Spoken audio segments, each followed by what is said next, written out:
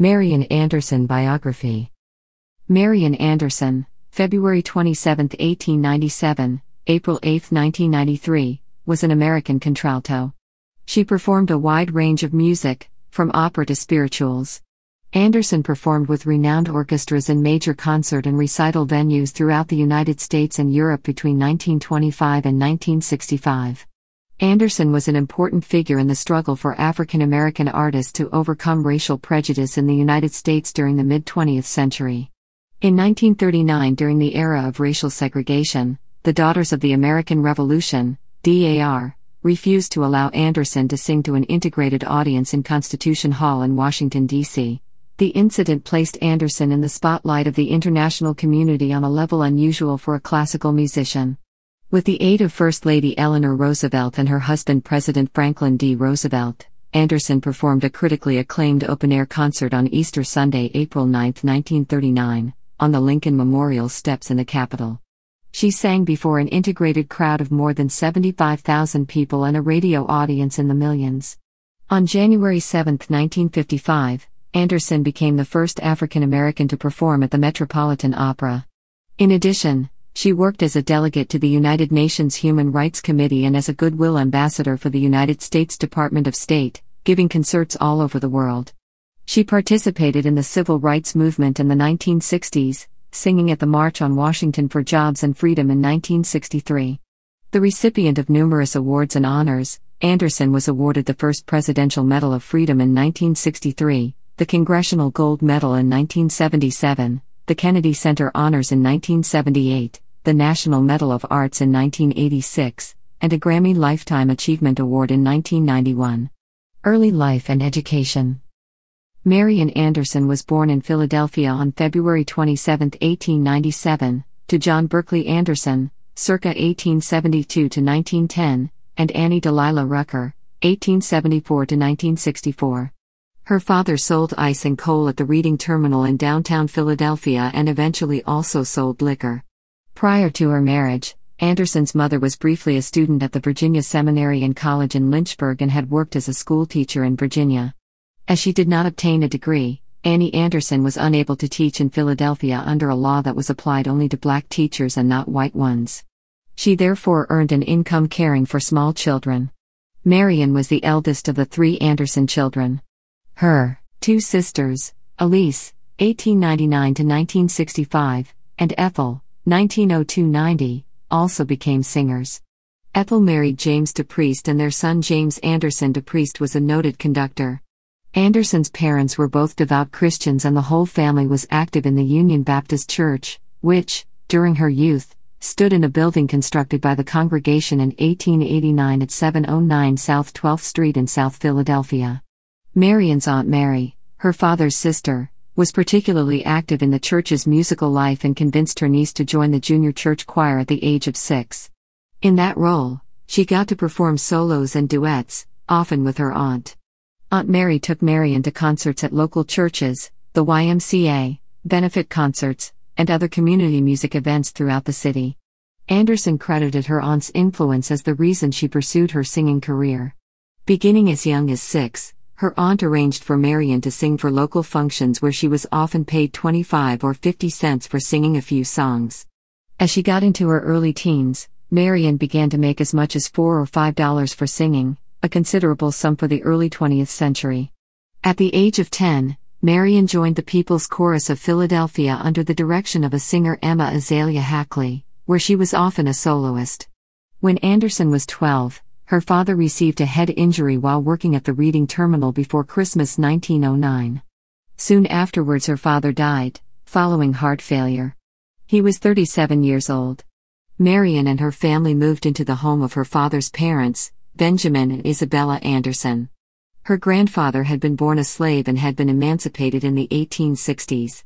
He relocated to South Philadelphia, the first of his family to do so. When Anderson moved into his home, the two became very close, but he died just a year after the family moved in. Anderson attended Stanton Grammar School, graduating in 1912. Her family could not pay for any music lessons or high school. Still, Anderson continued to perform wherever she could and learn from anyone who was willing to teach her. Throughout her teenage years, She remained active in her church's musical activities, now heavily involved in the adult choir. She became a member of the Baptist Young People's Union and the Campfire Girls, which provided her with some limited musical opportunities. Eventually, the People's Chorus of Philadelphia and the pastor of her church, Reverend Wesley Parks, along with other leaders of the black community, raised the money she needed to get singing lessons with Mary Saunders Patterson and to attend South Philadelphia High School, from which she graduated in 1921. After high school, Anderson applied to an all-white music school, the Philadelphia Music Academy, now University of the Arts, but was turned away because she was black. The woman working the admissions counter replied, "We don't take colored," when she tried to apply. Undaunted, Anderson pursued studies privately in her native city through the continued support of the Philadelphia black community, first with Agnes Rife Snyder, then Giuseppe Boghetti. She met Boghetti through the principal of her high school. Anderson auditioned for him by singing Deep River. He was immediately brought to tears. Boghetti scheduled a recital of English, Russian, Italian and German music at the Town Hall in New York City in April 1924. It took place in an almost empty hall and received poor reviews. In 1923 she made 2 recordings, Deep River and My Way's Cloudy, for the Victor Company. Early career. In 1925, Anderson got her first big break at a singing competition sponsored by the New York Philharmonic. As the winner, she got to perform in concert with the orchestra on August 26, 1925, a performance that scored immediate success with both the audience and music critics. Anderson continued her studies with Frank LaForge in New York. During this time, Arthur Judson became her manager. They met through the New York Philharmonic. Over the next several years, she made a number of concert appearances in the United States, but racial prejudice prevented her career from gaining momentum.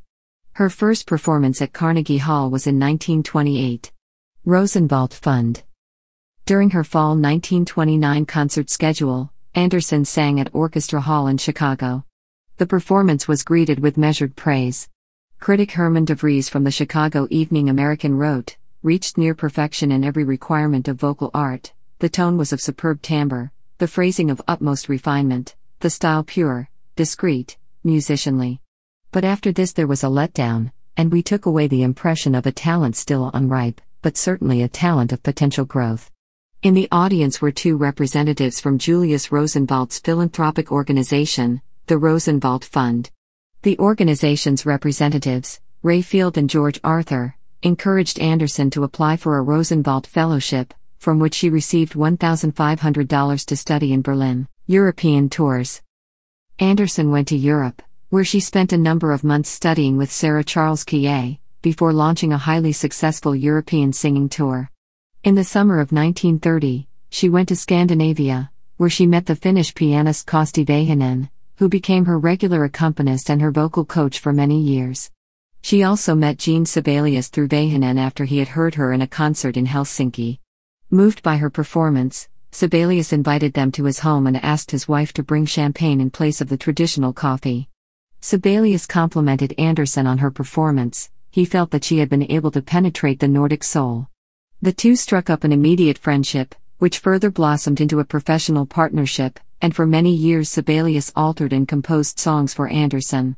He created a new arrangement of the song Solitude and dedicated it to Anderson in 1939.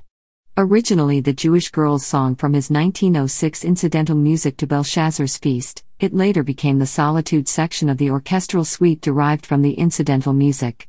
In 1933, Anderson made her European debut in a concert at Wigmore Hall in London, where she was received enthusiastically. In the first years of the 1930s, she toured Europe, where she did not encounter the prejudices she had experienced in America. Anderson, accompanied by Vähänen, continued to tour throughout Europe during the mid-1930s. Before going back to Scandinavia, where fans had Marian fever, she performed in Russia and the major cities of Eastern Europe. She quickly became a favorite of many conductors and composers of major European orchestras. During a 1935 tour in Salzburg, the conductor Arturo Toscanini told her she had a voice heard once in 100 years. American tours. In 1934, impresario Saul Hurock offered Anderson a better contract than she previously had with Arthur Judson. He became her manager, and he persuaded her to come back and perform in America. In 1935, Anderson made her second recital appearance at the Town Hall, New York City, which received highly favorable reviews from music critics. She spent the next 4 years touring throughout the United States and Europe. She was offered opera roles by several European houses, but due to her lack of acting experience, Anderson declined all of them. She did, however, record a number of arias in the studio, which became bestsellers. Anderson's accomplishments as a singer did not make her immune to the Jim Crow laws in the 1930s. Although she gave approximately 70 recitals a year in the United States, Anderson was still turned away by some American hotels and restaurants. Because of this discrimination, Albert Einstein, a champion of racial tolerance, hosted Anderson on many occasions, the first being in 1937 when she was denied a hotel room before performing at Princeton University. She last stayed with him months before he died in 1955. 1939 Lincoln Memorial Concert. In 1939, the Daughters of the American Revolution, DAR, denied permission to Anderson for a concert on April 9 at Constitution Hall under a white performers-only policy in effect at the time. In addition to the policy on performers, Washington, D.C., was a segregated city, and black patrons were upset that they would have to sit at the back of Constitution Hall. Furthermore, Constitution Hall did not have the segregated public bathrooms required by D.C. law at the time for such events. Other D.C. venues were not an option. The District of Columbia Board of Education declined a request for the use of the auditorium of a white public high school. The next day, Charles Edward Russell, a co-founder of the National Association for the Advancement of Colored People, NAACP, and chair of the D.C. Citywide Interracial Committee, held a meeting of the Marian Anderson Citizens Committee, MACC. This included the National Negro Congress, the Brotherhood of Sleeping Car Porters, the American Federation of Labor, and the Washington Industrial Council CIO, plus church leaders and activists in the city and numerous other organizations. MAC elected Charles Hamilton Houston as its chairman, and on February 20, the group picketed the Board of Education, collected signatures on petitions, and planned a mass protest at the next board meeting. As a result of the ensuing furor, thousands of DAR members, including First Lady Eleanor Roosevelt, resigned from the organization. Roosevelt wrote to the DAR, "I am in complete disagreement with the attitude taken in refusing Constitution Hall to a great artist. You had an opportunity to lead in an enlightened way, and it seems to me that your organization has failed." Author Zora Neale Hurston criticized Eleanor Roosevelt's public silence about the similar decision by the District of Columbia Board of Education. As the controversy grew, the American press overwhelmingly supported Anderson's right to sing. The Philadelphia Tribune wrote, "A group of tottering old ladies, who don't know the difference between patriotism and putridism, have compelled the gracious First Lady to apologize for their national rudeness." The Richmond Times-Dispatch wrote, "In these days of racial intolerance so crudely expressed in the Third Reich, an action such as the DAR's ban seems all the more deplorable." At Eleanor Roosevelt's instigation, President Roosevelt and Walter White, then Executive Secretary of the NAACP, and Anderson's manager, Saul Huroch, persuaded Secretary of the Interior Harold L. Ickes to arrange an open-air concert on the steps of the Lincoln Memorial. The concert was performed on Easter Sunday, April 9. Anderson was accompanied, as usual, by Vahanen. They began the performance with a dignified and stirring rendition of My Country, 'Tis of Thee. The event attracted a crowd of more than 75,000 in addition to a national radio audience of millions. 2 months later, in conjunction with the 30th NAACP conference in Richmond, Virginia, Eleanor Roosevelt gave a speech on national radio, NBC and CBS, and presented Anderson with the 1939 Spingarn Medal for Distinguished Achievement. In 2001, a documentary film of the event was chosen for the National Film Registry, and NBC radio coverage of the event was selected for the National Recording Registry. Mid-career. During World War II and the Korean War, Anderson entertained troops in hospitals and at bases. In 1943, she sang at the Constitution Hall, having been invited by the DAR to perform before an integrated audience as part of a benefit for the American Red Cross. She said of the event, "When I finally walked onto the stage of Constitution Hall, I felt no different than I had in other halls. There was no sense of triumph. I felt that it was a beautiful concert hall and I was very happy to sing there." In contrast, The District of Columbia Board of Education continued to bar her from using the high school auditorium in the District of Columbia. Ford 50th Anniversary Show. On June 15, 1953, Anderson headlined the Ford 50th Anniversary Show, which was broadcast live from New York City on both NBC and CBS. Midway through the program, she sang "He's Got the Whole World in His Hands." She returned to close the program with her rendition of the Battle Hymn of the Republic. The program attracted an audience of 60 million viewers. 40 years after the broadcast, television critic Tom Shales recalled the broadcast as both a landmark in television and a milestone in the cultural life of the 50s. The Metropolitan Opera. On January 7, 1955, Anderson became the first African American to sing with the Metropolitan Opera in New York. At the invitation of director Rudolph Bing, she sang the part of Ulrica in Giuseppe Verdi's Un ballo in Maschera, opposite Zinka Milanov, then Herva Nelli, as Amelia. Anderson later said about the evening, "The curtain rose on the second scene and I was there on stage, mixing the witch's brew. I trembled, and when the audience applauded and applauded before I could sing a note, I felt myself tightening into a knot." Although she never appeared with the company again, Anderson was named a permanent member of the Metropolitan Opera Company. The following year, her autobiography, My Lord, What a Morning, was published, and became a bestseller. Presidential inaugurations and goodwill ambassador tours. In 1957, she sang for President Dwight D. Eisenhower's inauguration, and toured India and the Far East as a goodwill ambassador through the U.S. State Department and the American National Theatre and Academy. She traveled 35,000 miles, 56,000 kilometers, in 12 weeks, giving 24 concerts. After that, President Eisenhower appointed her a delegate to the United Nations Human Rights Committee. The same year, she was elected Fellow of the American Academy of Arts and Sciences.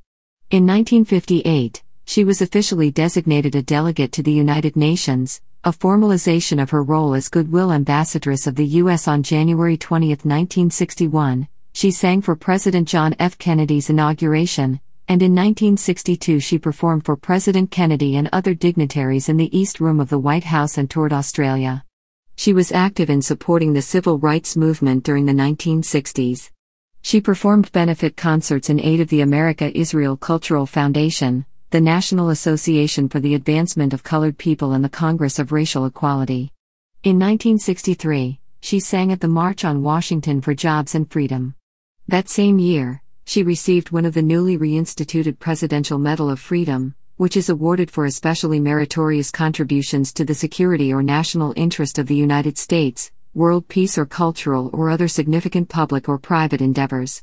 She also released an album, Snoopy Cat, The Adventures of Marian Anderson's Cat Snoopy, which included short stories and songs about her beloved black cat.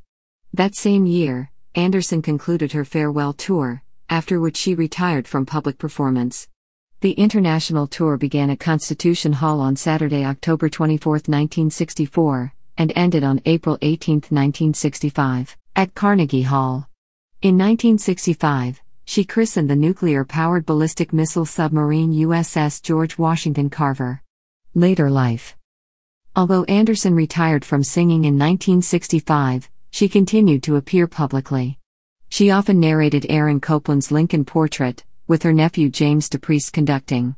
In 1976, Copland conducted a performance with the Philadelphia Orchestra at Saratoga.